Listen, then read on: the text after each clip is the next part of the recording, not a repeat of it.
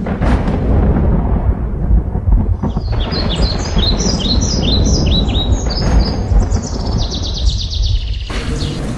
عليكم ورحمة الله وبركاته.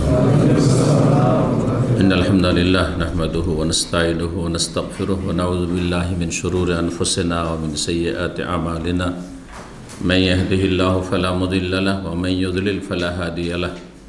وأشهد أن لا إله إلا الله وحده لا شريك له وأشهد أن محمدا عبده ورسوله صلى الله تعالى عليه وعلى آله وصحبه وسلم تسليما كثيرا. أما بعد. সম্মানিত শ্রোতা দর্শক মণ্ডলী, আল্লাহ রাব্বুল আলামিনের প্রশংসা এবং প্রিয় নবী সাল্লাল্লাহু আলাইহি সাল্লামের উপর সালাত ও সালামের পর আজ মঙ্গলবার 10 শাবান 1445 হিজরি মোতাবেক 20 ফেব্রুয়ারি 2024 আমাদের ধারাবাহিক আলোচনা সহিহুল বুখারীর বিষয়বস্তু হচ্ছে জাকাতের পর্ব নম্বর 24। জাকাতের পর্ব সহিহ বুখারী চলছে। তার 23টি পর্বে আমরা হাদিসগুলি শেষ করেছি।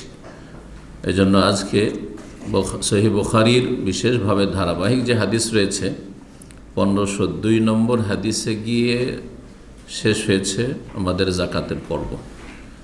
আজকে আর হাদিসগুলি আলোচনা করব না, কারণ এরপরে অধ্যায় আসছে সাদাকাতুল ফিতরা সম্পর্কে দুটো পর্ব হয়েছে, যেটা যখন আমরা সিয়াম কিতাবুস সিয়াম রোজার পর্ব আলোচনা করেছিলাম বেশ কিছুদিন আগে, গত রমজানের আগে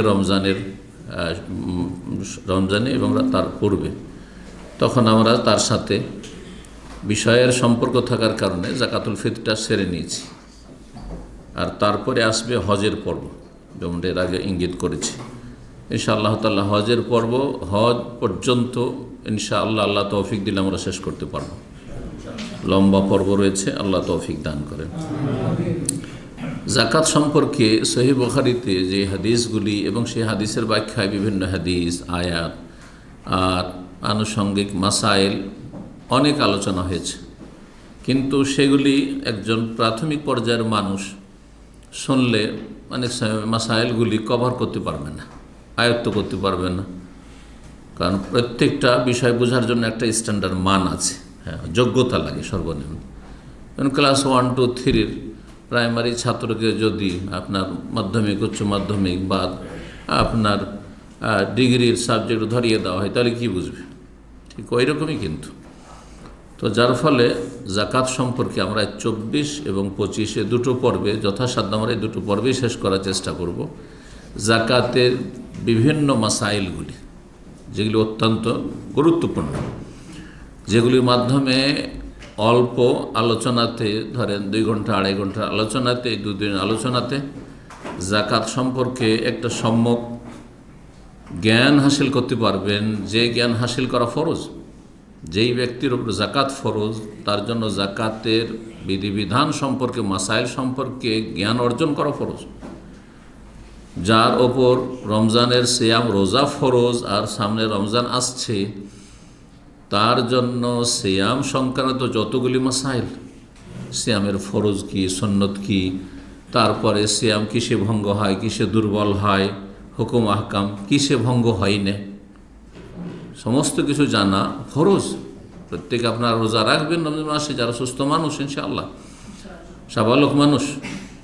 সুতরাং তার আগে রোজা সম্পর্কে জ্ঞান অর্জন করা ফরজ। সালাত প্রতিদিন ফরজ, সুতরাং সালাত সম্পর্কে জ্ঞান অর্জন করা ওই 7 বছর থেকে শুরু করে 14 বছরের মধ্যেই পূর্ণ শিখে ট্রেনিং নিতে হবে, এটা ফরজ। এই না যে 15 বছর বয়সে যখন একেবারে ফরজ হয়ে গেছে তখন শিখা শুরু করবেন, না, তার আগে শিখতে হবে, ফরজ হওয়ার আগে শিখতে হবে। হজে যারা যাবেন, হজে যাওয়ার আগে হজ সম্পর্কে জানা ফরজ। উমরায় যাবেন, তার আগে উমরা সম্পর্কে জ্ঞান অর্জন করা ফরজ। অধিকাংশ মুসলিম, দুঃখের বিষয়, তাদের জন্য পরিতাপের বিষয়, তাদের জন্য বিশেষ করে, যে উমরা করতে যাই জানেই না যে কি করতে হবে আর কোনটা করতে হবে। দেখা দেখে উমরায় যাব, দেশে বলবে যে হ্যাঁ উমরা করেছি, যারা প্রথমে হ্যাঁ একটা উমরা করেছি, আর যারা অনেকবার যাচ্ছেন শুধু গর্ব করার জন্য এত উমরা করেছি, সৌদি আরবে থেকেছি। এসব ইসলাম নয়। আসলে দিন সম্পর্কে জ্ঞান অর্জন করতে হবে। ওমরা যাওয়ার আগে ওমরা সম্পর্কে শুরু থেকে শেষ পর্যন্ত মাসাইল জানা ফরজ। ওমরা রুকুন কয়টি, ওয়াজিব কয়টি, যেগুলি জরুরি, তারপরে সুন্নত কাজগুলি, ওমরা অবস্থায় এহরাম অবস্থায় নিষিদ্ধ কাজগুলি ইত্যাদি জানতে হবে। তারপরে বেদাত সম্পর্ক জানতে হবে, যাতে করে বেদাত না করে। খারাপটা জানতে হবে, খারাপ করব না সেই জন্য। চুরি কাকে বলে, ডাকাতি কাকে বলে, যদি না জানেন তাহলে আপনি না জানে চুরি ডাকাতি করে ফেলবেন, মনে করবেন যে কাজ তো ভালো, তাই না? তো এই জন্য ভালো এবং মন্দ জানতে হবে, ভালো করার জন্য আর মন্দ থেকে বাঁচার জন্য। বুঝা গেছে? শিরক আর বেদাত হচ্ছে মন্দ, ধর্মীয় কাজ করতে গিয়ে। মক্কা মদিনা অনেকে হজ উমরা করতে গিয়ে শিরক করে ফেলছেন, ঠিক না? ঠিক তেমনই জাকাত সম্পর্কে আজকে এই আলোচনা শুরু করছি। জাকাত সম্পর্কে যে আলোচনাগুলি করছি এর বেশ কিছু বিষয়গুলি, যদিও সবগুলি নয়, অধিকাংশই নয়, নতুন আপনাদের জন্য হবে, কিন্তু কিছু কিছু বিষয় আছে আমরা আনুষঙ্গিক এই হাদিসের ধারাবাহিক আলোচনায় 23টি পর্বের বিভিন্ন পর্বে যেখানে ওই প্রসঙ্গটি এসছে, ওই অধ্যায় এসছে, তখন সেই আলোচনাগুলি করে ফেলেছি। প্রথম দিকে বলেছিলাম প্রথম অথবা দ্বিতীয় অধ্যায় আলোচনা আছে, দ্বিতীয় অধ্যায়ে আলোচনা আছে জাকাতের শাব্দিক অর্থ আর পারিভাষিক অর্থ। শাব্দিক অর্থ মানে অভিধানে জাকাত, ডিকশনারি, আরবি ডিকশনারিতে জাকাত কাকে বলে, আর পারিভাষিক অর্থ মানে শারঈ অর্থ, শরীয়তের ভাষায় জাকাত কাকে বলে। শরীয়তের ভাষায় জাকাত কাকে বলে একটা মুসলিম জানবে, একটা মুসলিম কি করে জানবে, তাই না?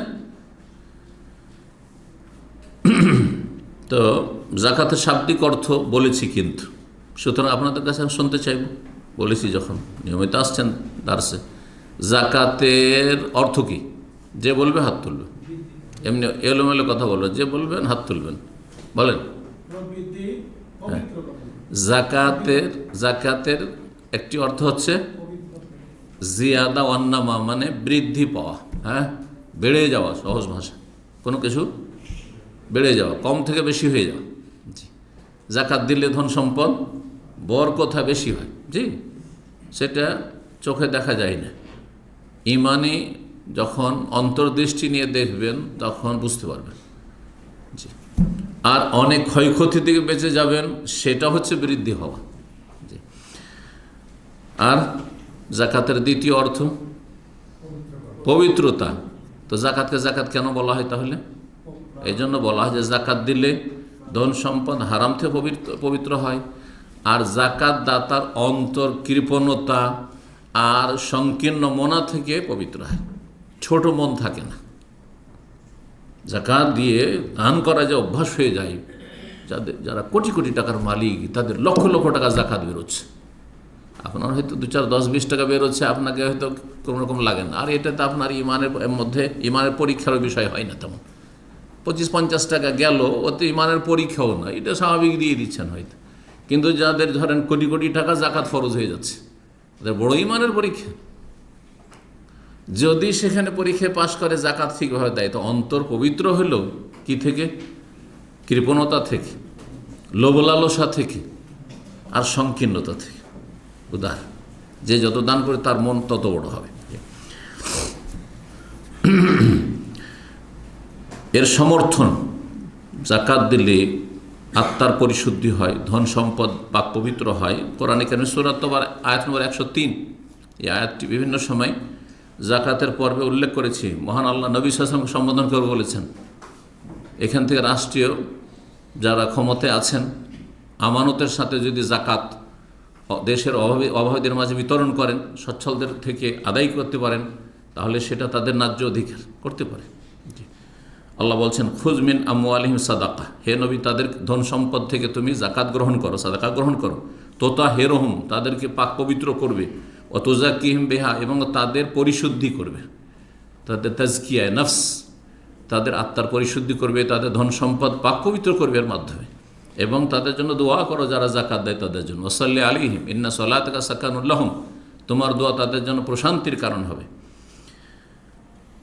ইমাম মারদাউই রাহিমাহুল্লাহ বলছেন, আজ জাকাত ফিল লুগাতে আন-নামা, জাকাতের অর্থ হচ্ছে শাব্দিক অর্থ বা বিধানিক অর্থ আন-নামা, বৃদ্ধি পাওয়া। কিলা, কেউ কেউ বলেছেন নামা বৃদ্ধি পাওয়া হয়, তাথিরা পবিত্র করা হয়। কেন? লিআন্নাহা কয়েকটি কারণ বলেছেন, নামকরণের কারণ, এটাকে বলা হয় নামকরণের কারণ। বিভিন্ন জায়গার নাম কেন পড়েছে ওই এলাকার লোকের অনেকে বলতে পারে এই কারণে এই নামটা পড়েছে, এটা হলো নামকরণের কারণ, বুঝছেন না? জি। তো এইরকম বিভিন্ন যে ইসলামিক পরিভাষাগুলি নামকরণের কারণ আছে। বলছেন যে কেন জাকাতকে জাকাত বলা হয়, লিআন্নাহা তুনাম্মিল মাল, এতে ধন সম্পদ বৃদ্ধি করে। জাকাত ধন সম্পদকে বাড়িয়ে দেয়, কমে না।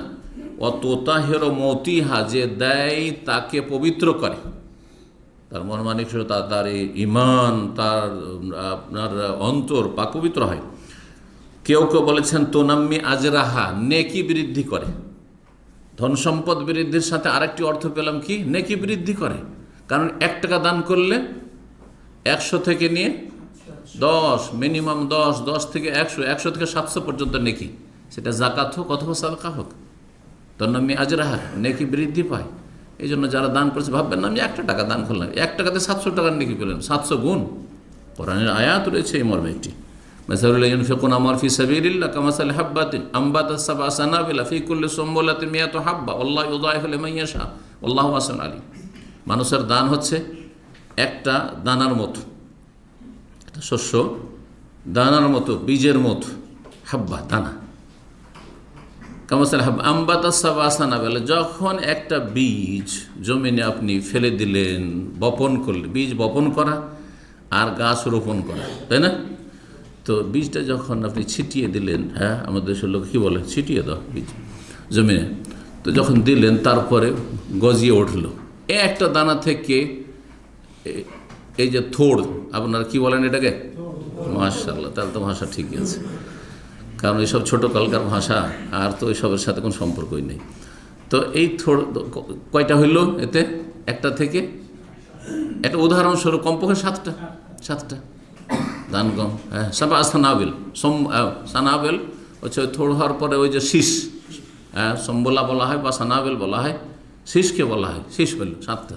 ফি করলে সম্বলাতিন, প্রত্যেক শীষে মেয়াত হাব্বা, 100টি করে দানা, তার কতটি হয়ে গেল? দান করেছিলেন মানে বীজ বপন করেছিলেন, শুধু একটা ধানের বা গমের দানা ফেলেছিলেন। আল্লাহু আকবার, এইভাবে আল্লাহ উদাহরণ দিয়েছেন। ইমাম আজহারি এরা ভাষাবিদ, ভাষার ইমামেরা, এরা বলছেন তোনাম্মিল ফকারা, জাকাতের শাব্দিক অর্থ প্রবৃদ্ধি বা বৃদ্ধি পাওয়া বা বৃদ্ধি করা। তো জাকাতকে জাকাত এই জন্য বলা হয় যে ফকিরকে কি করে, সচ্ছল করে, হ্যাঁ, ফকিরকে শক্তিশালী করে।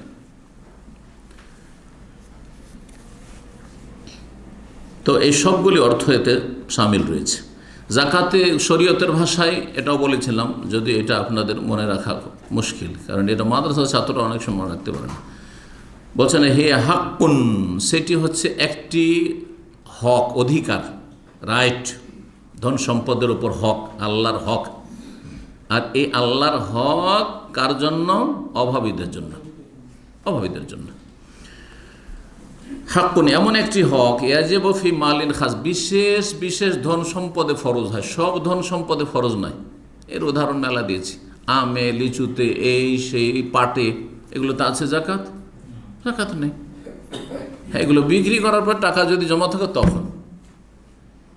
স্থাবর সম্পদে, জমি জায়গাতে আছে, যদি রিয়েল এস্টেটের ব্যবসা না হয় তাতে নেই, জমি জমা চাষাবাদের জন্য আছে, অথবা বাড়ি করার জন্য আছে। ব্যবসার জন্য থাকলে তখন জাকাত ব্যবসায় সামগ্রী হয়ে যাবে। বিল্ডিং, আপনার 10 তলা বিল্ডিং, কয়েকটা বিল্ডিং তোলা আছে, আর সেখান থেকে ভাড়া খাচ্ছেন, এক একটা বিল্ডিংয়ে ধরেন 10 কোটি টাকার আপনার মূল্য সেই বিল্ডিংয়ের, তাতে জাকাত আছে? জাকাত নেই। এই জন্য মালিন খাস, সব ধন সম্পদে জাকাত নেই। বিশেষ বিশেষ ধন সম্পদে, যেটা আপনাকে কোরআন সুন্নাহর আলোকে জেনে নিতে হবে সমাজ, কোনগুলি সম্পদে জাকাত রয়েছে। স্থাবর সম্পদে জাকাত নেই। অস্থাবর স্থাবর সম্পদ বুঝেন? জি। মনকুল আর গায়ের মনকুলা আরবিতে বলে। স্থাবর কাকে বলে? বাংলার পরীক্ষা, যেগুলোকে নড়িয়ে নিয়ে যাওয়া যায় না, যেগুলিকে সরিয়ে নিতে পারেন না। জমিকে সরিয়ে নিয়ে যেতে পারবেন? বাংলাদেশে জমি আছে, হিজরত করছেন, ওখান থেকে চলে যাও আমেরিকা, জমিটাকে উঠিয়ে নিয়ে চলে যাও, পারবেন? স্থাবর। বিল্ডিং তৈরি এক জায়গায় করে দিয়েছেন, পোষাইল না, এখানকার পাড়া প্রতিবেশী ভালো না, এত সুন্দর বিল্ডিং আর বাড়ি, মায়া লাগছে খুব, আসলে মায়া লাগে অনেক সময়, যেখানে মানুষ বাস করে, এই বিল্ডিংটি উঠিয়ে নিয়ে চলে যাবো, চলো সৌদি আরব চলে যাবো, হবে? হবে না। স্থাবর সম্পদ, অস্থাবর মানকুলা, যেগুলোকে এক জায়গা থেকে আরেক জায়গায় নিয়ে যাওয়া যায়। তো যাই হোক, আপনাদের যদি 71-এর পরীক্ষা হয় বাংলা, তো সব ফেল, কিন্তু কথা বোঝা গেছে, বাংলাও জানতে হবে। জি, তো বলছেন যে এমন একটি হক যেটি বিশেষ বিশেষ ধন সম্পদে ফরজ।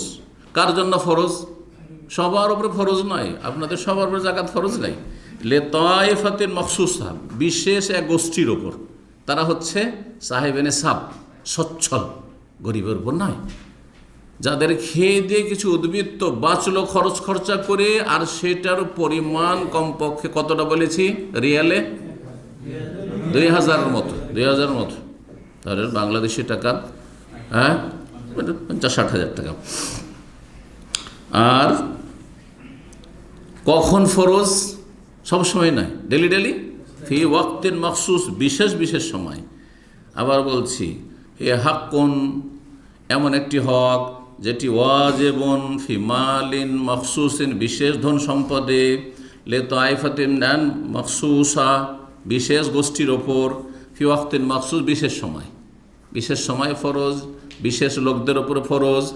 আর হ্যাঁ, কি বললাম, বিশেষ সম্পদে ফরজ, বিশেষ সম্পদ, বিশেষ গোষ্ঠী আর বিশেষ সময়ে ফরজ হক। জি, শেখ বিন ওসাইমিন রাহিমাহুল্লাহ এসব সংজ্ঞাগুলি করতে গিয়ে আরেকটি কন্ডিশন লাগাইতেন, শর্ত লাগাইতেন, সেটা হচ্ছে আত-তা'াব্বুদুলিল্লাহ। এটা দুনিয়ার ট্যাক্সের মতো নাই, আল্লাহর এবাদতের নিয়ত। এটা খুব গুরুত্বপূর্ণ বিষয়, কারণ ট্যাক্স আমরা নেকির জন্য দিই না, দিচ্ছি বাধ্যতামূলক, সেই জন্য দিচ্ছি, হ্যাঁ। আর জাকাত দিচ্ছি কিসের জন্য? আল্লাহ সন্তুষ্টির জন্য, নেকির জন্য। এক একটা পয়সাই নেকির আশা রাখছি, এক একটা পয়সা নেকির আশা রাখছি, আল্লাহ সান্নিধ্য লাভের জন্য, তকারবের জন্য, আল্লাহ সন্তুষ্টি হাসিলের জন্য, জান্নাত লাভের জন্য, জাহান্নাম থেকে বাঁচার জন্য। ইত্তাকুন নারা, জাহান্নামের আগুন থেকে বাঁচো, আলো বিশিক্ষিত আমরা। এই খেজুর একটা টুকরো, সেটা জাকাত হোক অথবা নফল সাদাকা হোক। জাকাত দেবে একজন মুমিন মুসলিম স্বতঃস্ফূর্তভাবে, আর ট্যাক্স স্বতঃস্ফূর্তভাবে নয়, সেটা নিরুপায়, সেই জন্য দিচ্ছে। কেউ শখ করে ট্যাক্স দিতে যাবে না, ঠিক না? তো এই জন্য কেউ যেন না মনে করে অজ্ঞতার কারণে যে জাকাতটা ইসলামী ট্যাক্স। না না না, এটা ইবাদত, নামাজের মতো ইবাদত, রোজার মতো ইবাদত। হ্যাঁ, রোজার ইবাদত, হ্যাঁ, শরীরের জাকাত, শরীরের জাকাতে সারা বছর শরীরকে পুষছেন আর খাওয়াচ্ছেন, একটু জাকাত দেন। হ্যাঁ, সালাত, হ্যাঁ, সালাতে বহুমুখী জাকাত, শরীরের জাকাত, জবানের জাকাত, অন্তরের জাকাত, সব রকম। কিন্তু নামাজ এত গুরুত্বপূর্ণ ইবাদত, সব রকম জাকাত হতে আছে, হক আদায় করছে। আর হজে, হজে কিসের আপনি হক আদায় করছে? অর্থ দিচ্ছেন তাকে, আর শরীরে শ্রমও দিচ্ছেন, দুটোই রয়েছে, দুটোর সমন্বয় হয়ে থাকে। শুধু অর্থ দিয়েও হজ হয় না, আর শুধু গায়ে শক্তি দেওয়া হয় না। গায়ে শক্তি আছে, টাকা নেই, হজ নেই, উমরা নেই। জি, তো এই ছিল জাকাতের শাব্দিক অর্থ আর পারিভাষিক অর্থ সম্পর্কে। জাকাতের গুরুত্ব সম্পর্কে আলোচনা হয়েছে। জাকাত ইসলামের, হ্যাঁ, কয় নম্বর রুকুন? কয় নম্বর? 3 নম্বর। ইসলামের রুকুন কয়টি? 5টি। প্রথম হচ্ছে শাহাদাতাইন, লা ইলাহা ইল্লাল্লাহ মুহাম্মাদুর রাসূলুল্লাহ, সাক্ষ্য প্রদান করা। কালেমা শুধু বলবেন না, অজ্ঞতা। যারা বলে কালেমা, নামাজ, রোজা, হজ, জাকাত অজ্ঞ, তারা ইসলাম সম্পর্কে। কালেমার সাক্ষ্য প্রদান করা বলতে হবে, সাক্ষী দেওয়া, সহজ ভাষা।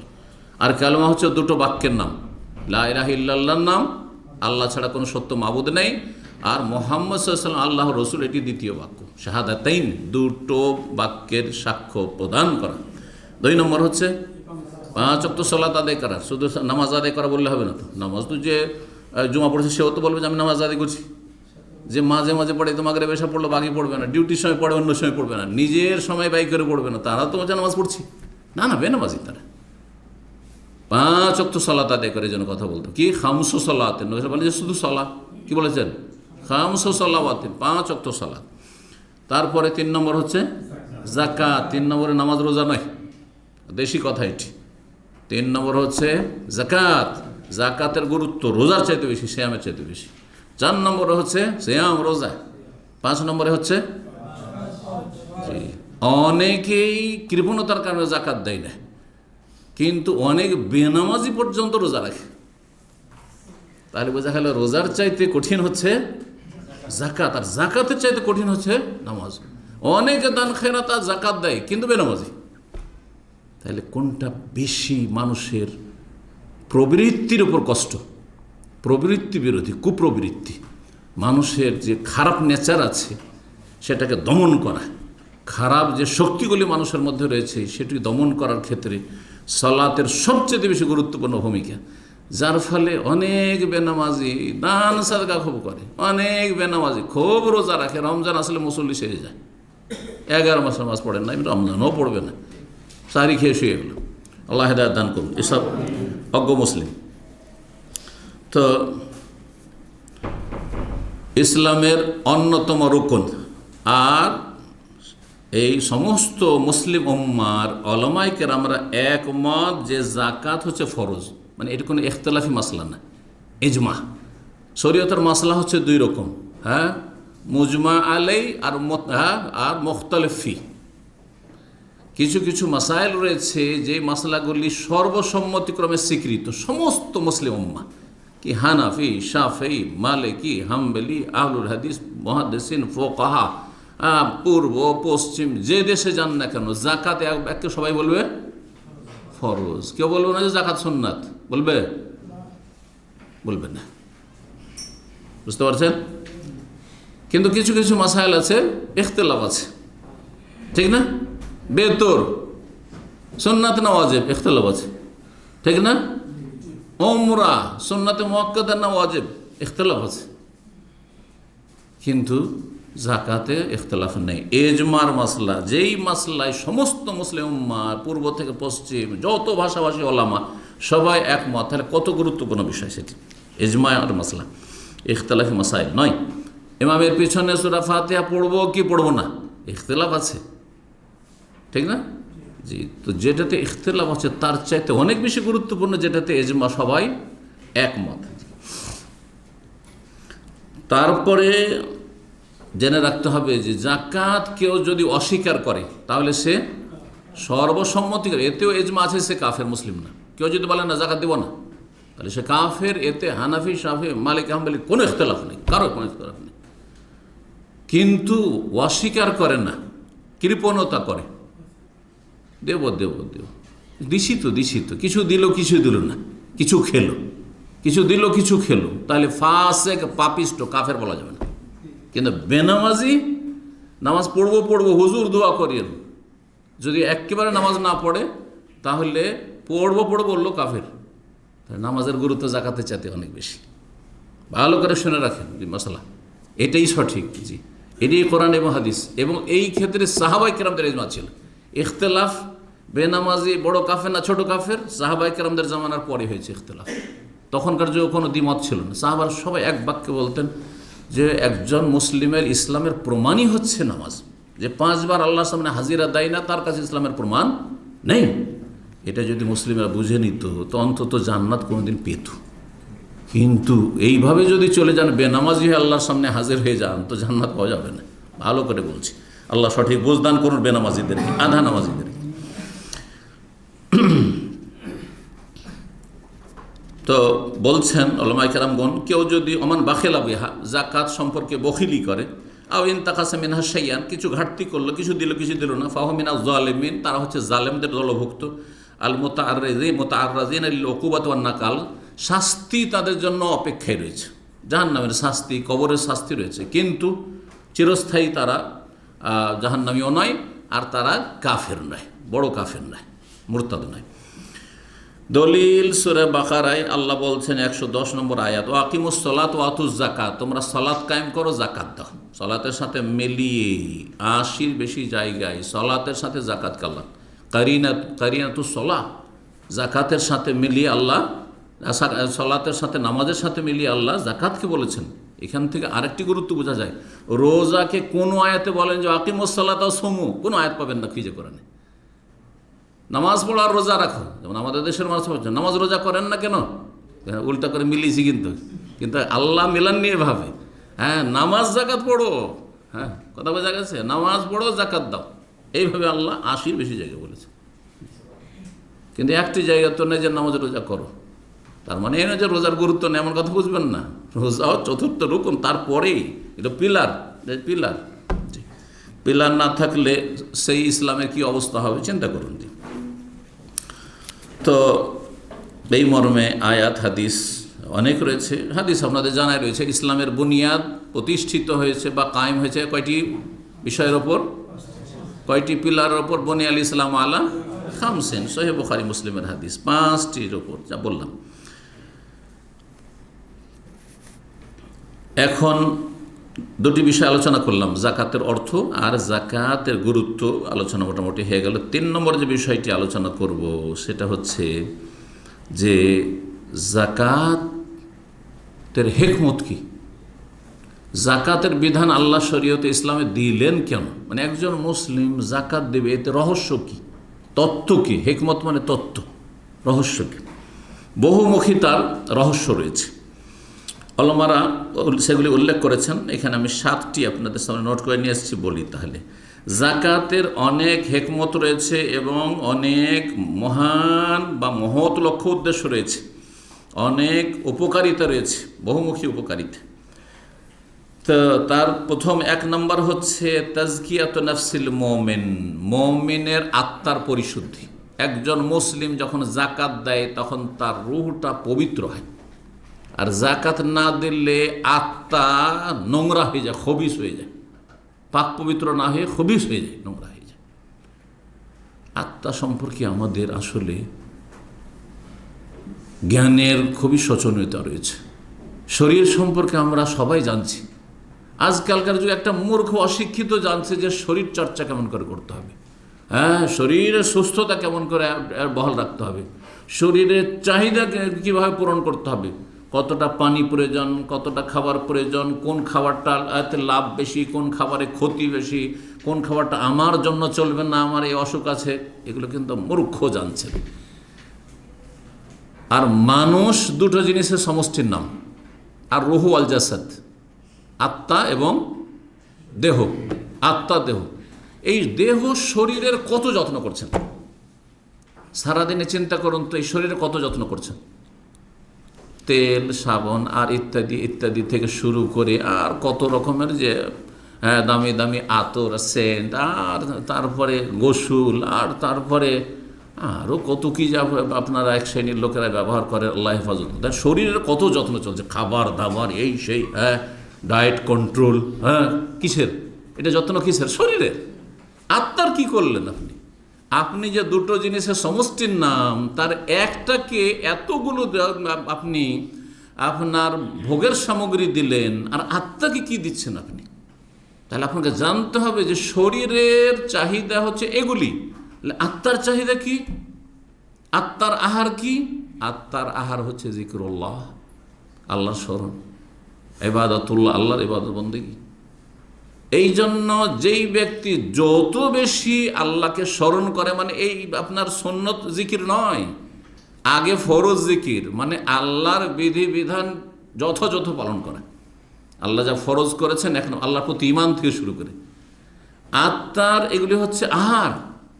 যেই ব্যক্তি যত বেশি ইবাদত বন্দি করে সুন্দর করে, আর যত বেশি আল্লাহকে স্মরণ করে, যার অন্তর আল্লাহর সাথে যত বেশি সম্পৃক্ত, তার আত্মা তত শক্তিশালী, তার রুহানিয়াত তত বেশি শক্তিশালী, যেটাকে বাংলা ভাষাতে আধ্যাত্মিকতা বলে থাকে লোকেরা, জি রুহানিয়াত।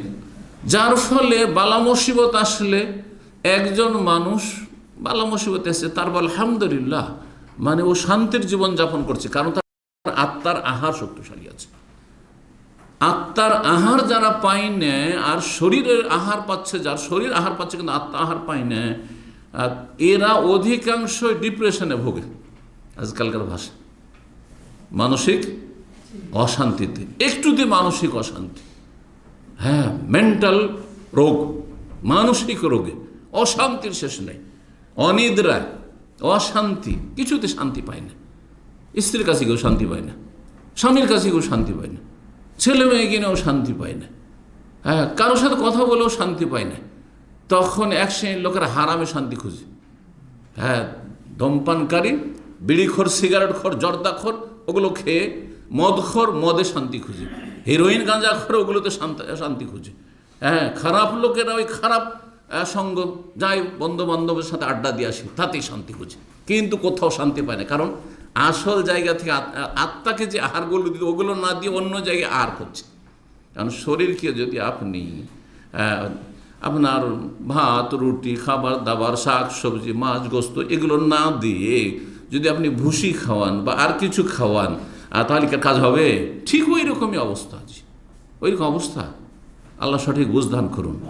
এই জন্য আল্লাহর সাথে সম্পৃক্ত যারা, তাদের আত্মা এত বেশি শক্তি পায়, এত বেশি আহার পায়, যার ফলে তারা শরীর দেখতে ক্ষীণ, দুর্বল, হয়তো আপনাকে বিভিন্ন রোগে আক্রান্ত, কিন্তু মন অনেক শক্তিশালী, তার অনেক শক্তিশালী তার। জি, আল্লাহ রাব্বুল আলামিন যেন আমাদেরকে তৌফিক দান করেন।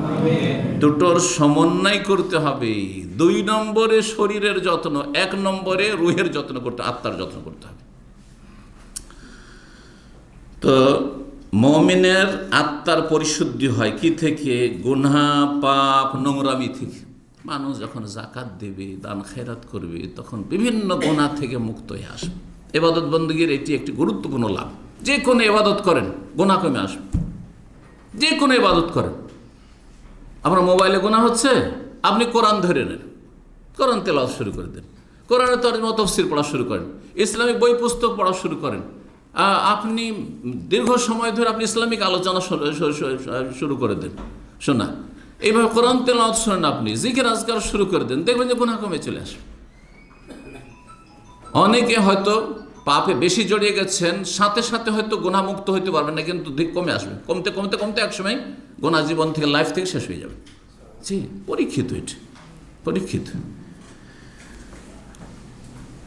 2 নম্বর উপকারিতা বা হেকমত যাকাতের, কেফায়াতুল ফকির মুসলিম অভাবীদের অভাব মোচন, দারিদ্র মোচন। মুসলিম সমাজে অভাবী কেন থাকবে? আল্লাহর নীতিমালা যে দুনিয়াতে সচ্ছল অসৎ 2 রকম মানুষ বাস করবে। যতই টাকা পয়সা দেন না কেন, গরিব থাকবে কিছু লোক, কিন্তু তারপরও কি করতে হবে?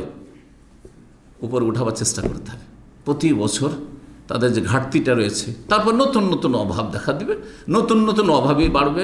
যেই অভাবীগুলো গত বছরে ছিল, হতে পারে সেগুলো সচ্ছল হয়ে গেছে, হচ্ছে গরিব আমির হচ্ছে, আমির গরিব হচ্ছে, কিন্তু দেখা যাচ্ছে নতুন অভাবীদেরকে দেখা যাচ্ছে। সুতরাং এদের দারিদ্র মোচন করতে হবে, দারিদ্র মোচন করা।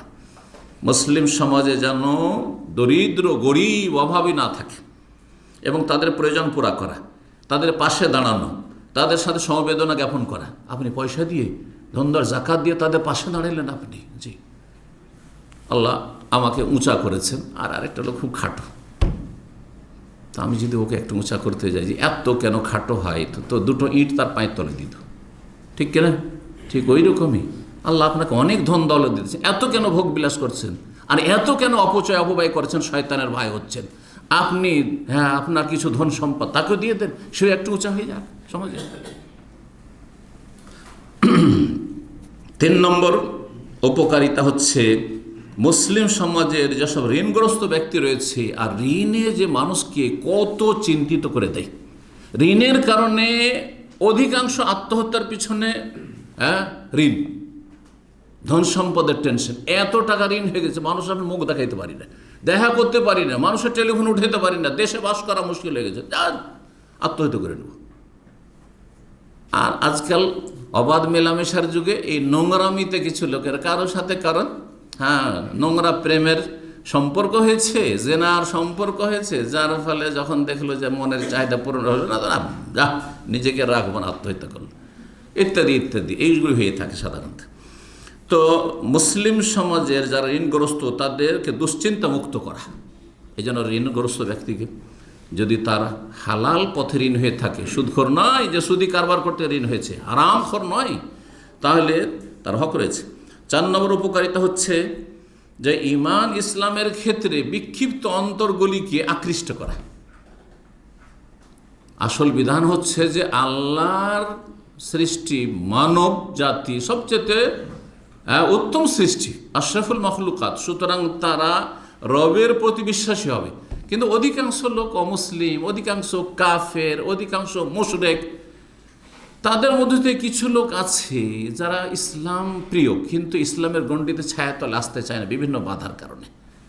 যদি কিছু তাদেরকে নুন খাইয়ে দেন, দানা ছিটিয়ে দেন, তাহলে এগিয়ে চলে আসতে পারে। অনেক অমুসলিম আছে, অভাবের কারণে ছেলেমেয়ের চিকিৎসা করতে পারছে না, স্ত্রীর চিকিৎসা করতে পারছে না, নিজের শরীরের চিকিৎসা করতে পারছে না। একজন মুসলিম জাকাতের পয়সা দিয়ে একটা অমুসলিমকে দেখছে যে ইসলামের কাছাকাছি, সে তাকে ইসলামিক বই পুস্তক দিলে পড়তে আগ্রহ, ইসলামের কথা বলে শুনতে আগ্রহী, মনোযোগী হয়ে শুনে, বিদ্বেষী নয়, বা গোঁড়া নয়, তাহলে তাকে জাকাতের পয়সা দেন। মুআল্লাফাতুল কুলুব বা নিউ মুসলিম, ইসলাম গ্রহণ করেছে, সে তো বঞ্চিত হয়ে এসছে। সে তার ভিটে মাটি থেকে সব কিছু থেকে ধন সম্পদ বাবার কিছুই পাবে না সে। সুতরাং তাকে তার ইসলামটা যাতে মজবুত হয় সেজন্য নিউ মুসলিমেরা সেখানে হওয়া করেছে। এই সব হচ্ছে ভালো লক্ষ্য উদ্দেশ্য জাকাতের। 5 নম্বর, জাকাতের মাধ্যমে আল্লাহর রাস্তায় যেসব আল্লাহর সন্তুষ্টির জন্য কাজ হচ্ছে, যারা কাজ করছে তাদেরকে শক্তিশালী করা। সেটা যদি সশস্ত্র জিহাদের যুগ থাকে তাহলে সেখানে এটা হচ্ছে ফিসাবিল অর্থ।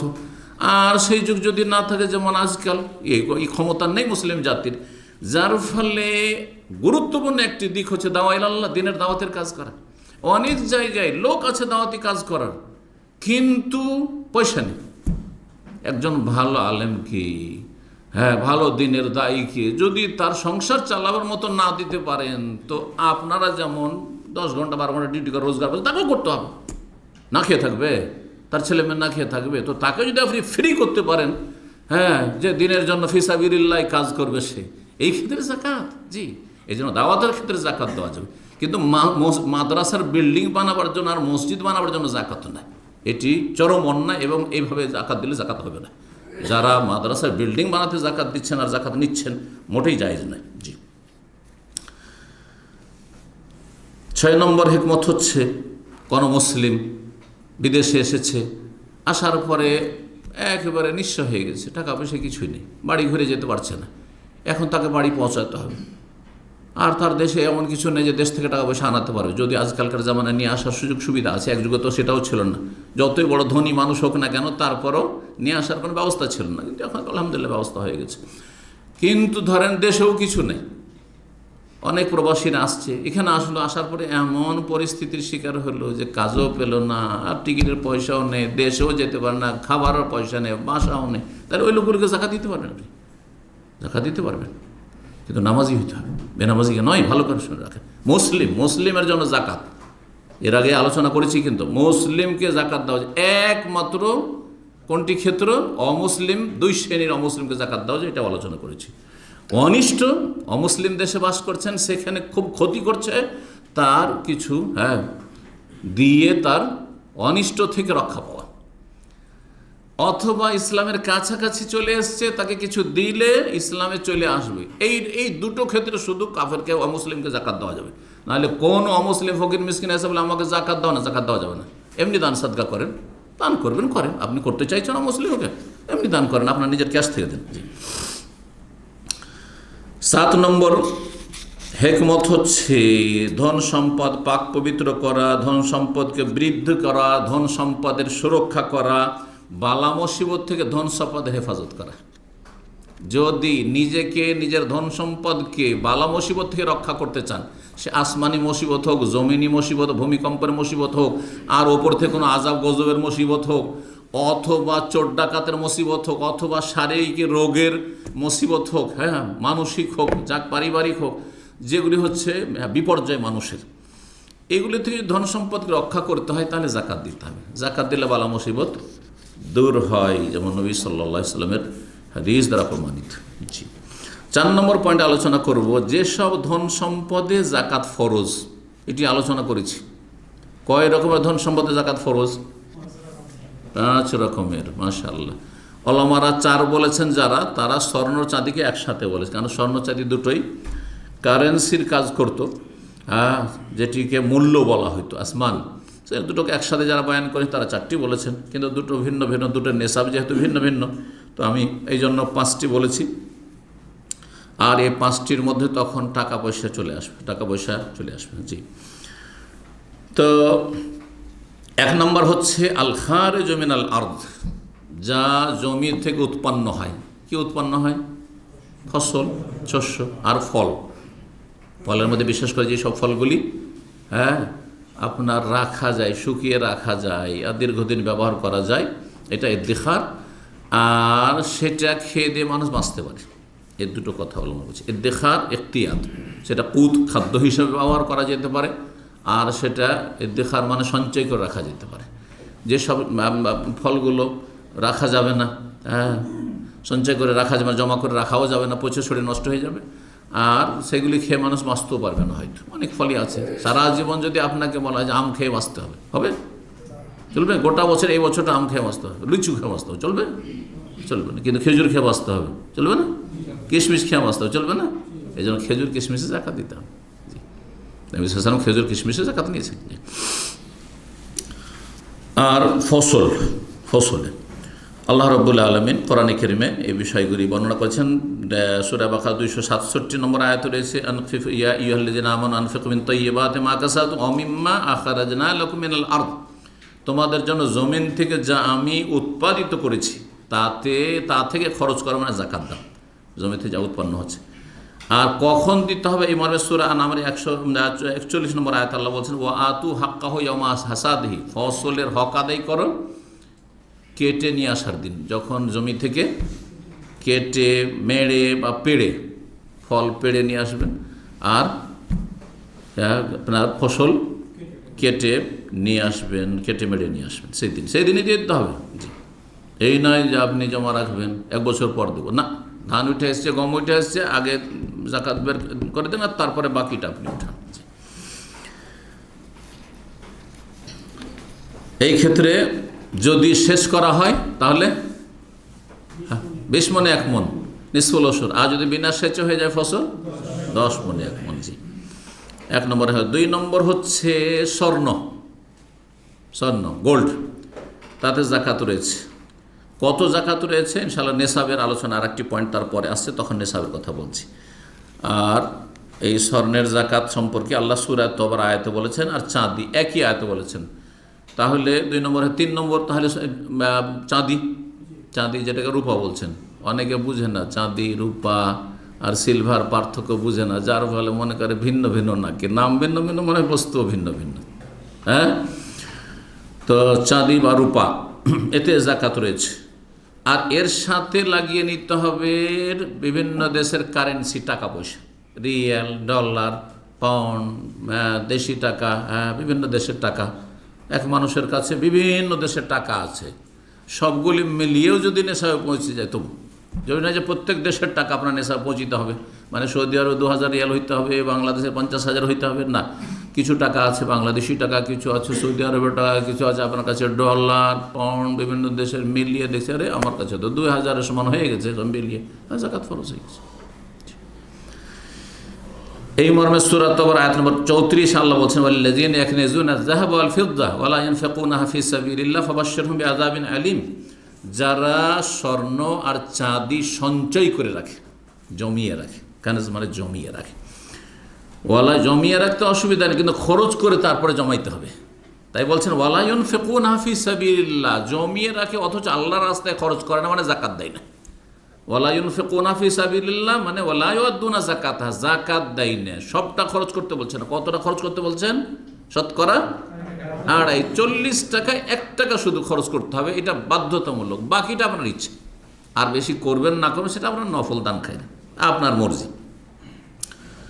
আল্লাহর রাস্তায় যদি খরচ না করে, ফাবাশশিরহুম বিআযাবিন আলীম, তাহলে তাদেরকে মর্মান্তিক শাস্তির সংবাদ দিয়ে দাও। তাও সুসংবাদ আল্লাহ বলছে। মর্মান্তিক শাস্তির সুসংবাদ হয় নাকি? কেমন করে হয়? এটা ভাষার অলঙ্কার, এটা হচ্ছে ভাষার অলঙ্কার। ছেলের ওপর খুব বিরক্ত হয়েছে, অসন্তুষ্ট, আইরে তোকে পেলে না মজা দেখাবো, এবার আসুক তারে আমি মজা দেখাবো। কোথায় আছে এটা? গান এটা? আউযুবিল্লাহি মিনাশ শাইতানির রাজিম। আচ্ছা, মিউজিক হইলে অর্থটা ভালো। দেখেন, চরমনাইয়ের তরিকা ভণ্ডামি, শিরক কুফরি পর্যন্ত আছে, যা দেখিয়েছি। আল্লাহকে আন্দাজ নেয়, ওর নাতির রুহ কবুজ করেছে।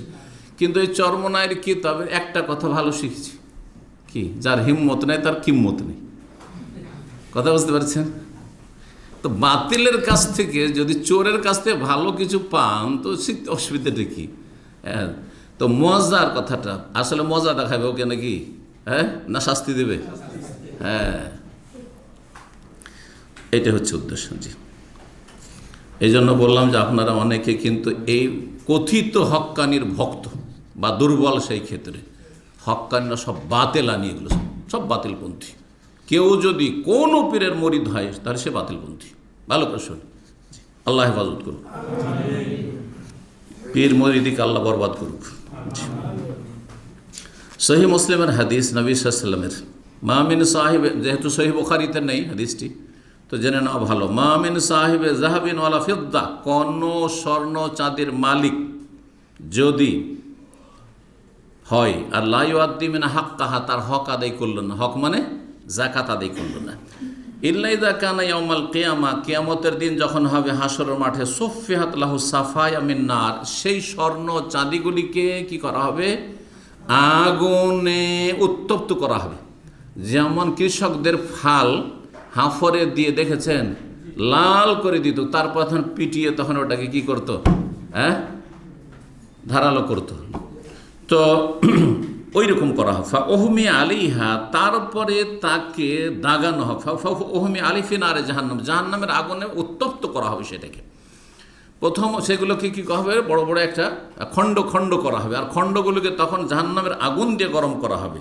ফাইয়ুকুয়া বিহা জামবাহু ওয়া জাবিনাহু ওয়া জাহরু, তারপরে সেটা দিয়ে দাগ দেওয়া হবে জামবাহু, পার্শ্বদেশে, এখানে, আর ওয়া জাবিনাহু, কপালে, মুখমণ্ডলে, চেহারায়, ওয়া জাহরাহু, আর পিঠে, পৃষ্ঠদেশে। কুল্লা বারিদাত, যখন দেওয়া হইল ঠান্ডা হয়ে গেল, লাগিয়ে রেখে, যেমন আয়রনে করেন আপনার, আয়রন ঘুষছেন দেখছেন ঠান্ডা, রে কাপড়কে আর করতে পারছে না, হ্যাঁ, সোজা করতে পারছে না, তখন আবার গরম করছেন করছেন না? জি, আয়রনেরও বিভিন্ন স্তর। কে দেখেছেন সেই কয়লার আয়রন? হ্যাঁ, কয়লা একটা আয়রনের ভিতরে ভরা থাকতো। তার আগের যুগ আর একটা ছিল, সেটা হচ্ছে কয়লার ওপরে চুলাতে এরকম গরম করা হইতো, আর গরম করার পরে লাগাইতো, আর আইডিয়া পেত না কত কাপড় যে পুড়ে ছারখার হয়ে যেত। জি হ্যাঁ, তো সেটা লাগানো হবে। আল্লাহু আকবার। জাহান্নামের আগুনে গরম করে শরীরে যখন ঠান্ডা হয়ে যাবে, ওইদাত লাহু ফি ইয়াউমিন কানা মিকদারু 50 আলফা সানা, আবার শাস্তি দেওয়া হবে ওইভাবে। এই নয় যে 2-4 ঘন্টার শাস্তি, এমন এক মহাদিবসে যার পরিমাণ হচ্ছে 50 আলফা সানা, দুনিয়ার দিবসের 50,000 বছর। দুনিয়ার 50,000 বছর সমান আখিরাতের হাসরের মাঠের একটা দিন। আল্লাহু আকবার। হাত্তা ইউখযা বাইনাল, যতক্ষণ পর্যন্ত চূড়ান্ত ফয়সালা না হবে মানব জাতির মাঝে।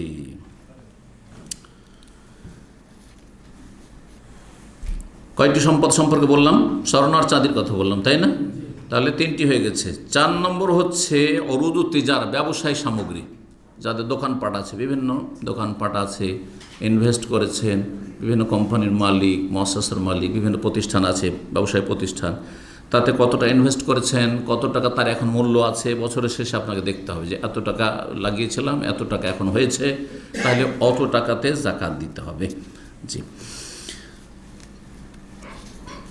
4 নম্বর না 5 নম্বর? 4টা তো হয়ে গেছে না? 5 নম্বর সেটা হচ্ছে গবাদি পশু। 5 নম্বর হচ্ছে বাহিমাতুল আনাম। তাহলে গবাদি পশু হচ্ছে কি? গানাম, যতগুলি ছাগলের ক্যাটাগরি, সেটা মেষ হোক, ভেড়া ভেড়ি হোক, দুম্বাদম্বি হোক, বকরা বকরি হোক, আর গরু। হ্যাঁ, আর গরুরই একটা ধরন হচ্ছে মহিষ, সে শামিল, আর উঁট, যত রকমেরই যত রঙেরই উঁট হোক না কেন। জি, তাহলে ঘোড়াতে জাকাত নেই। এমনি 2-4টা ঘোড়া আছে, এমনি ঘোড়া আছে, কিন্তু যদি ঘোড়ার বিজনেস থাকে তখন তাতে জাকাত হয়। যেমন গাড়ি, আপনার বাড়িতে 5টা গাড়ি আছে, ধনী মানুষ 5টা গাড়ি আপনার ইউজ করছেন, যখন যেটা মনে হচ্ছে নিয়ে বেরোচ্ছেন। অনেকে আছে এরকম, বিলাসিতার জীবন আল্লাহ দিয়েছে, মনে করছে, প্রয়োজনও হইতে পারে, আবার বিলাসিতাও হইতে পারে। এগুলোতে জাকাত নেই, এগুলো জাকাত, ব্যবহারের গাড়িতে জাকাত নেই। কিন্তু গাড়ি যদি ব্যবসা থাকে, গাড়ির ব্যবসা আরও দুই রকম, ভালো করে বুঝে নিতে হবে। একটা হচ্ছে যে গাড়ির কেনা বেচার ব্যবসা, যেমন টয়োটার এজেন্সি, এখানে কি জমিল, আব্দুল জমিল, আর এইরকম অন্য অন্য যারা হোন্ডার আছে না নেই, হ্যাঁ কিয়ার আছে, এদের জাকাত দিতে হবে, কারণ এদের হচ্ছে এগুলো, এই কারগুলো হচ্ছে শোরুমের ব্যবসায়ী সামগ্রী, জাকাত দিতে হবে। আর হচ্ছে ট্যাক্সি কোম্পানি, ধরেন একটা কোম্পানি, ট্যাক্সি কোম্পানির 500,000 ট্যাক্সি আছে, তো অনেক টাকার অ্যামাউন্ট, জাকাত দিতে হবে? জাকাত দিতে হবে না হবে না? হবে না, তাহলে মনে আছে হবে না। ঠিক ওই রকমই জাকাত দিতে হবে না এতে, যেমন বিল্ডিং, 10টা বিল্ডিং আছে, একটা বিল্ডিং তো ধরেন আপনার কোটি কোটি টাকা, হ্যাঁ 1 কোটি করে যদি হয় 10টা, তো 10 কোটি টাকার মালিক আপনি, ঠিক না? কিন্তু বিল্ডিংয়ের আকারে আছে, তো বিল্ডিংয়ে জাকাত দিতে হবে যে 10 কোটি টাকার না? কিসে জাকাত দিতে হবে? বিল্ডিং থেকে যে ভাড়াটা উঠে আসছে, বছরের শেষে খেয়ে দিয়ে খরচ খরচা করে যদি বেঁচে যায়, উদ্বৃত্ত থাকে, জমা থাকে, তখন জাকাত দিতে হবে। ঠিক তেমনি ট্যাক্সি কোম্পানি, যারা লেমোজিন কোম্পানি, ট্যাক্সি কোম্পানির মালিক, তাদের এই যে প্রতিদিনে উঠে আসছে বা মাসিক এত টাকা করে উঠে আসছে, তারপরে খেয়ে দিয়ে তাদের এদিক সেদিক খরচ করে যা করছে, আয় ব্যয় করে যা বেঁচে থাকলো, তখন সেটাতে জাকাত দিতে হবে। জি, তাহলে বিষয়টি স্পষ্ট বুঝতে পেরেছেন যে ব্যবসায় বা আপনার কি বললাম, ঘোড়ার বিষয়টি হাদিসে এসছে, সেটা হচ্ছে দলিল কিসের?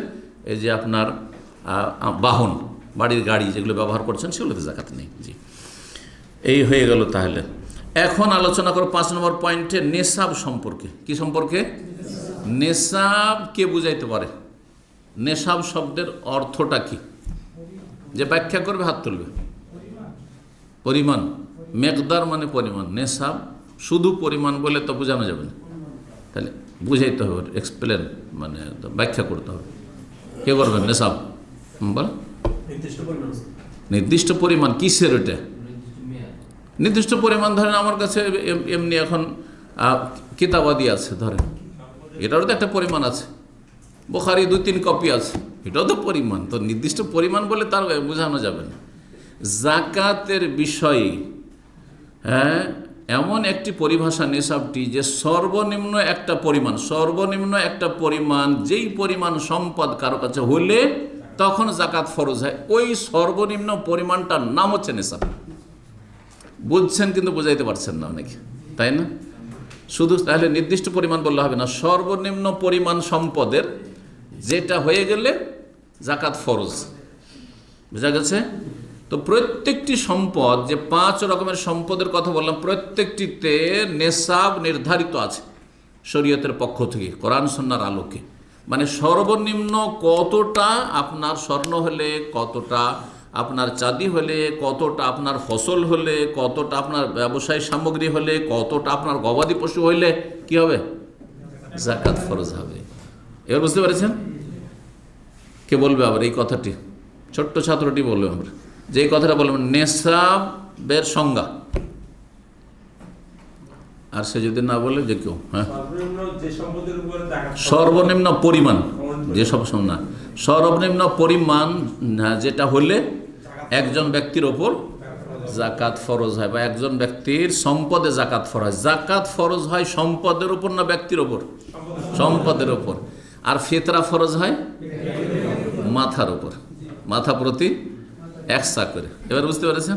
এই দুটো তো, এটাও জাকাতুল ফিতর, কিন্তু জাকাতুল ফিতর আর এমনি জাকাতে পার্থক্য হচ্ছে এটিও। তো নেশাবের কথা দেখি। প্রথম যেহেতু খাদ্যদ্রব্য নিয়ে আলোচনা করেছিলাম, হ্যাঁ ফল আর ফসল, ফল ফসলের নেশাব হচ্ছে হাদিসে 5 ওয়াসাক। কি এসছে? লাইসা দোনা খামসাতে, লাইসা ফিমা দোনা খামসাতে আওসকিন মিনাত তামারি সাদাকা। খাদ্যদ্রব্য বা খেজুর যদি 5 ওয়াসাকের কম হয় তো তার সাদাকা নেই। 5 ওয়াসাক, 1 ওয়াসাক কত হয়? 60 সা। তাহলে 5 60কে 5 দিয়ে গুণ দিলে 300 সা। 300 সার 1 সা হচ্ছে, একটু কমটা ধরেন যেহেতু জাকাতের সতর্কতার জন্য 2.5 কেজি করে, তাহলে কত হবে? হ্যাঁ 750 হবে। ইবনে ওসাইন রাহিমাহুল্লাহ যেহেতু তার পরিমাণটা তিনি মানে কি বলছে এই সায়ের আরও কম করেছেন, যার ফলে তিনি 612 কিলো বলেছেন। একটি উক্তি হচ্ছে তাহলে 612 কিলো কারো কাছে যদি হয়, আর একটি হচ্ছে 750 আড়াই করে হইলে, আর 3 যদি হয় তাহলে কত হয়ে যাবে? 900। তাহলে 900 যায় না, আর যদি 612-তে না হয় তো কমপক্ষে 750, তো অবশ্যই 750 কিলো কারো কাছে যদি হয়ে যায় তাহলে তাকে কি করতে হবে? সেই কৃষককে জাকাত দিতে হবে। তাহলে কারো কাছে যদি 500-600 কিলো ধান হয়েছে বা গম হয়েছে তাহলে জাকাত নিতে হবে।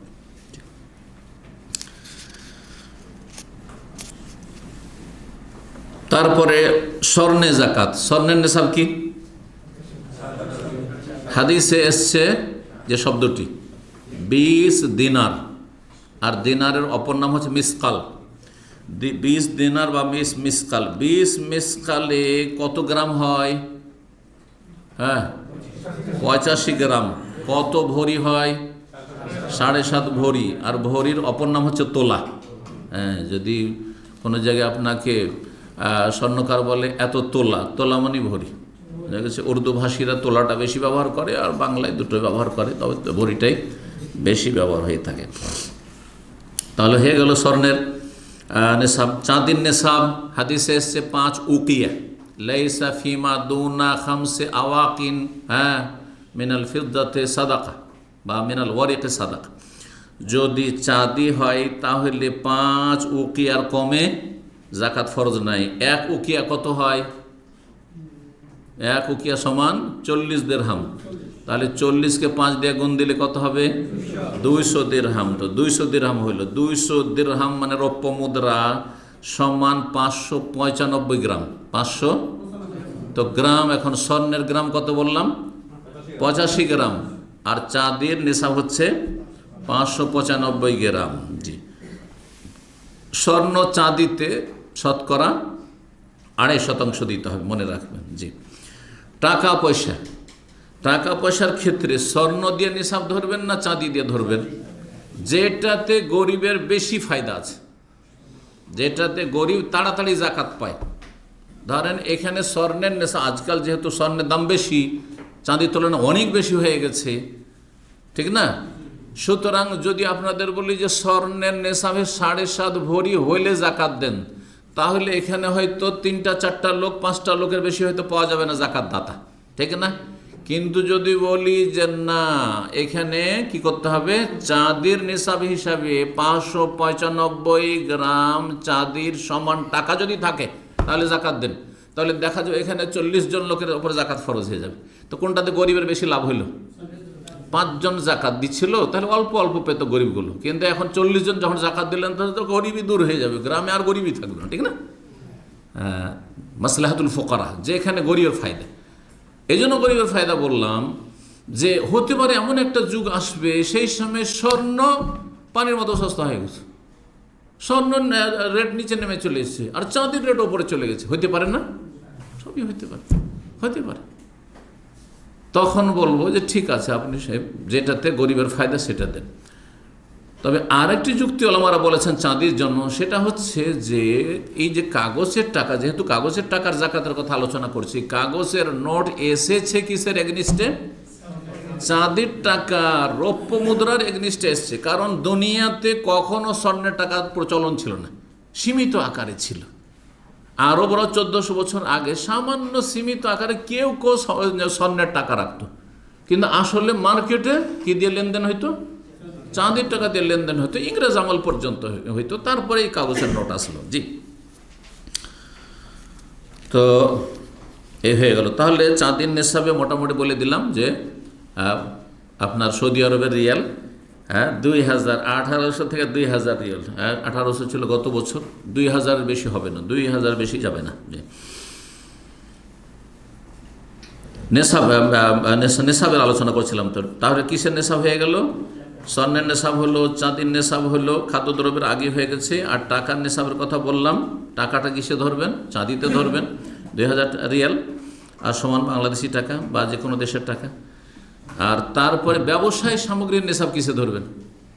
আপনার ধরেন বাকালা আছে, গ্রোসারি, মুদিখানার দোকান, অথবা আপনার যে কোনো ধরনের সুপার মার্কেট আছে, কাপড়ের দোকান আছে, হ্যাঁ, যে কোনো দোকান আছে, আর দোকানের মাল সামান আছে, তো এখানে কি দিয়ে ধরবেন আপনি? হ্যাঁ হ্যাঁ, টাকা। কত টাকার আপনার কাছে সম্পদ আছে, কত টাকার মাল সম্পদ আপনার, এই কাপড় আছে অথবা দোকানে মাল সামান আছে, হিসাব করে প্রতি বছর। তাহলে আপনার কি করতে, ইনভেন্টরি যেটা বলছে আজকাল, হিসাব করতে হবে আপনাকে। আর হিসাব করে এত টাকার ধন সম্পদ এখন আছে, কত টাকা লাগিয়েছেন ওটা দেখবেন না। হয়তো প্রথম যখন আপনি বাকালা খুললেন মুদিখানার দোকান, তখন তাতে আপনি 5 লাখ টাকা লাগিয়েছেন, কিন্তু এখন দেখা যাচ্ছে 10 লাখ টাকা আছে। তাহলে কত টাকা জাকাত দিতে হবে? 10 লাখ টাকা জাকাত দিতে হবে। 5 লাখ দিয়ে খুলেছিলেন, 1 লাখ মাত্র আছে, লস খেয়ে গেছেন। মাত্র 1 লাখ টাকা জমা আছে দোকানে, যে মাল সামান আছে 1 লাখ টাকা হবে, 50,000 হবে, ওটাতে জাকাত দেবেন, ওটাতে জাকাত দেবেন। বাকি থাকলো কি আর? নেশাল গবাদি পশু। গবাদি পশুর একটি হচ্ছে উট। উটের নেশাব সর্বনিম্ন পরিমাণ কতটা হলে জাকাত? 5টি হলে একটা ছাগল দিতে হবে। আর গরুর নেশাব হচ্ছে 30টি হলে 1 বছর পার হয়ে 2য় বছরে গেছে তবেই দিতে হবে। গানাম ছাগলের ক্ষেত্রে নেশাব হচ্ছে 40টি। জি, এখন আর একটি বিষয় 6 নম্বরে আলোচনা করব। 5 নম্বর আলোচনা হয়ে গেল নেশাব পরিমাণ, দারুণ নেশাব। 6 নম্বর হচ্ছে ওই জাকাত ফরজ হওয়ার জন্য শর্ত, যার তার উপরে জাকাত ফরজ নেই। জাকাত ফরজের কিছু শর্ত রয়েছে, এগুলি আপনাদের জন্য অনেকগুলি নতুন হবে।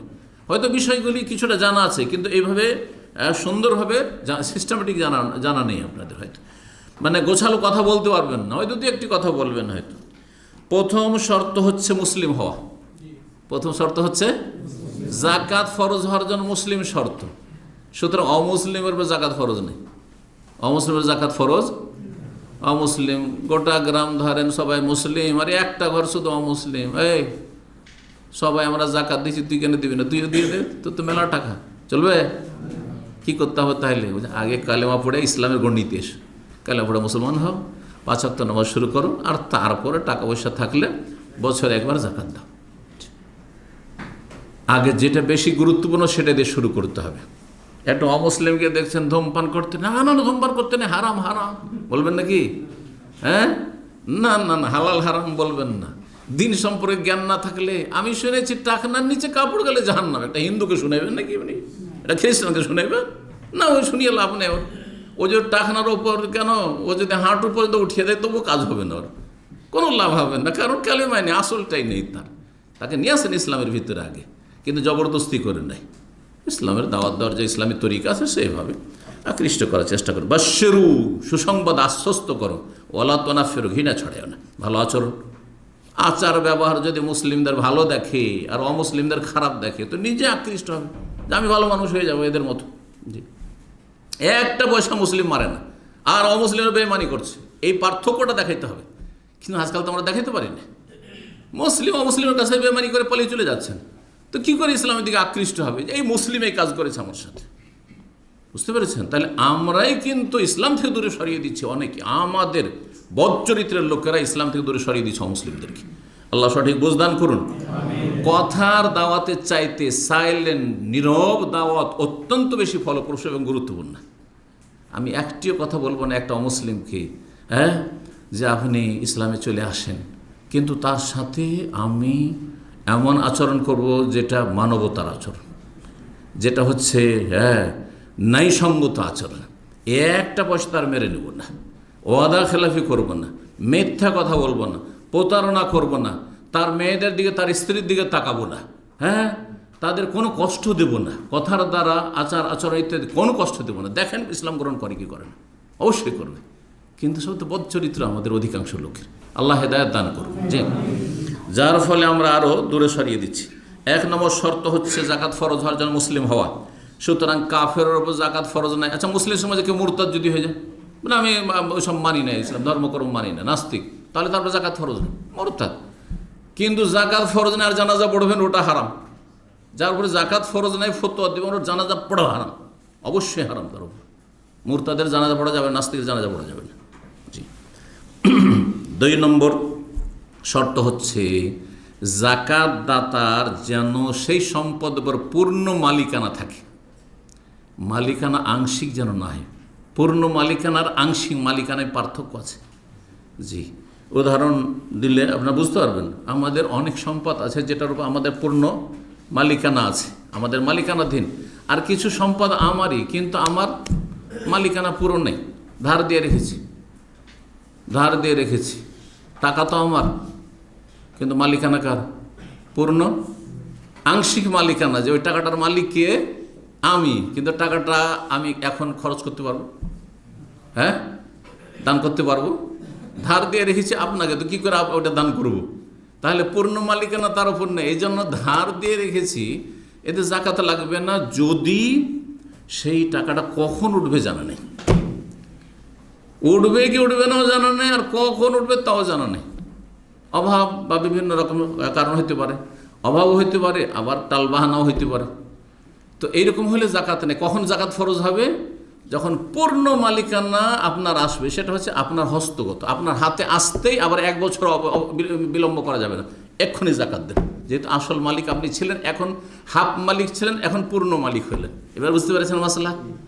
কিন্তু যদি আপনি টাইম বেঁধে দিয়ে থাকেন যে অসুবিধা নাই, তুমি আমার খুব খাতিরের মানুষ, তোমার কাছে থাক টাকাটা 2 বছর, তোমাকে কর্জা হাসানে দিয়ে দিলাম 2 বছর 5 বছরের জন্য, আপনি দিয়েই রেখেছেন টাইম বেঁধে 5 বছর, তাহলে 5 বছর প্রতি বছর জাকাত দিয়ে যেতে হবে, কারণ আপনি স্বেচ্ছায় দিয়ে রেখেছেন তাকে। জি, তো পূর্ণ মালিকানা হইতে হবে এমন যে আপনার হস্তগত হইতে হবে, আপনার তার উপর নিয়ন্ত্রণ থাকতে হবে, সেটা আপনি যে কোনো সময় আপনি সেটা যেভাবে ইচ্ছা সেভাবে খরচ করতে পারবেন, কাজে লাগাতে পারবেন, এরকম হইতে হবে। জি,